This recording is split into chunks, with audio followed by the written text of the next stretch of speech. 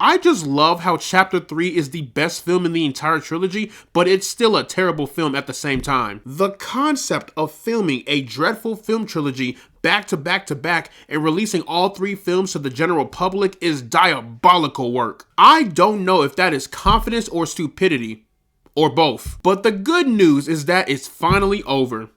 I hope. God, please take this franchise and bury it deep underneath. Forever.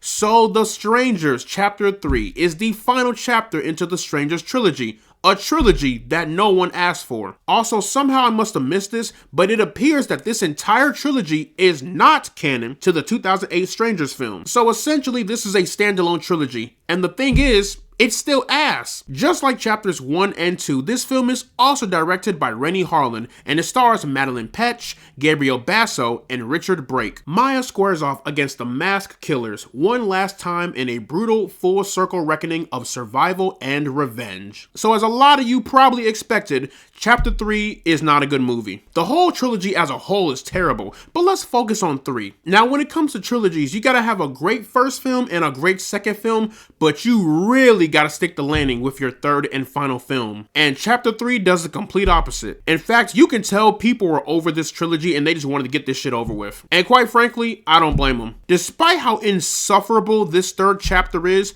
there is some good in here.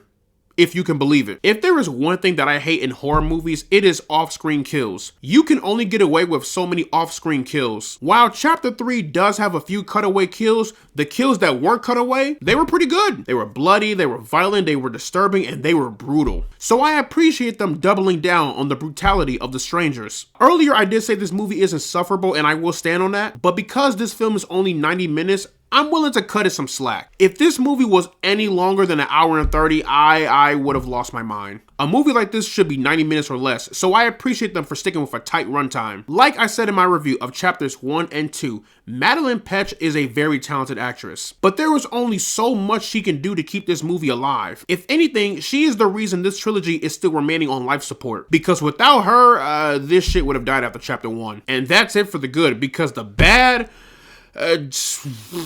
Dios mio. So if you didn't know, in chapter 2, they revealed the origin of the Strangers, which quite literally defeats the purpose of the Strangers. So in chapter 3, they doubled down on the origin story, and honestly, I just had to laugh at that point. But to further expand the origins, they took a page out of Dexter. Spoiler alert incoming if you care, you probably don't, but fuck it, here we go. So this guy is revealed to be this guy, and this guy, the town sheriff, is the father of this guy. And so the father has been working with his son on the low to help him with his urge into killing people. So his father is like, son, if you ever have the urge to kill, do not kill the townsfolk. But then he goes and kills some townsfolk, and it's like, well, son,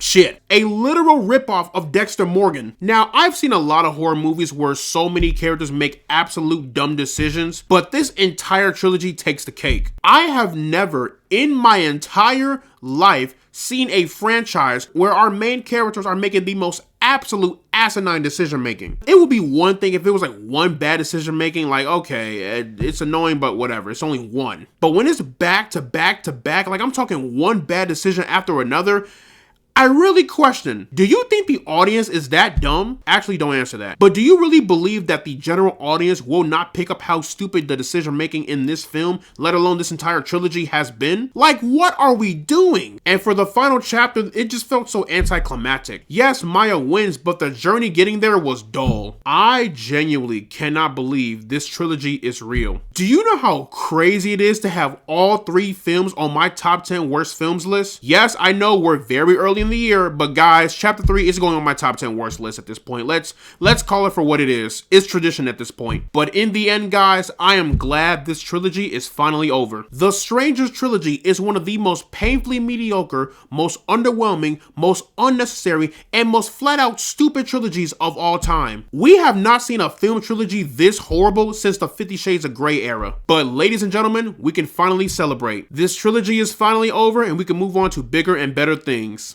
So, plugging The Strangers, Chapter 3. Into the rank system, I am placing this one into the negative zone.